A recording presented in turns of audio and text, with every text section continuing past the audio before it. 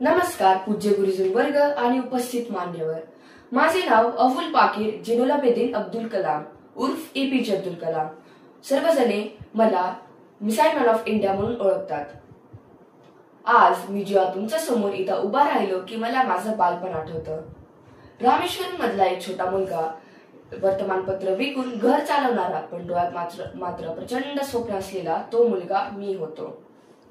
एके दिवशी मी आकाशात झेपवणारे विमान पाहिले आणि तेच माझं आयुष्यातलं वळण ठरलं। मी ठरवलं की मीही कधीतरी आकाशात उडणाऱ्या यंत्रांची काम करणार आणि त्या स्वप्नाने मला इस्रो पर्यंत नेलं।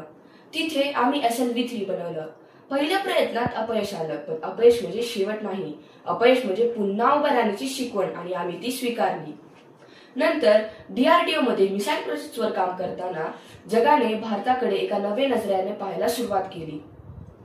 मला माझ्या या सर्व प्रवासात एक गोष्ट मात्र कळाली की माणसाला त्याचा जन्म ओळख ठरत नाही, तर त्याची कष्ट आणि त्याची शिकवण त्याला ओळख देतात। स्वप्न ती नाही जे झोपेत येतात, स्वप्न ती नाही जे झोपेत येतात, स्वप्न ती आहेत जे झोप लागू देत नाहीत।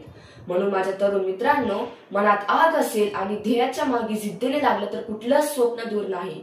रामेश्वरम मधला एक छोटा मुलगा जर राष्ट्रपती भवनात पोहोचू शकतो तर तुम्हीही काहीही करू शकता। म्हणून माझ्या तरुण मित्रांनो, मोठी स्वप्न बाळगा व त्या स्वप्नांसाठी कष्ट करा। धन्यवाद। जय हिंद, जय भारत।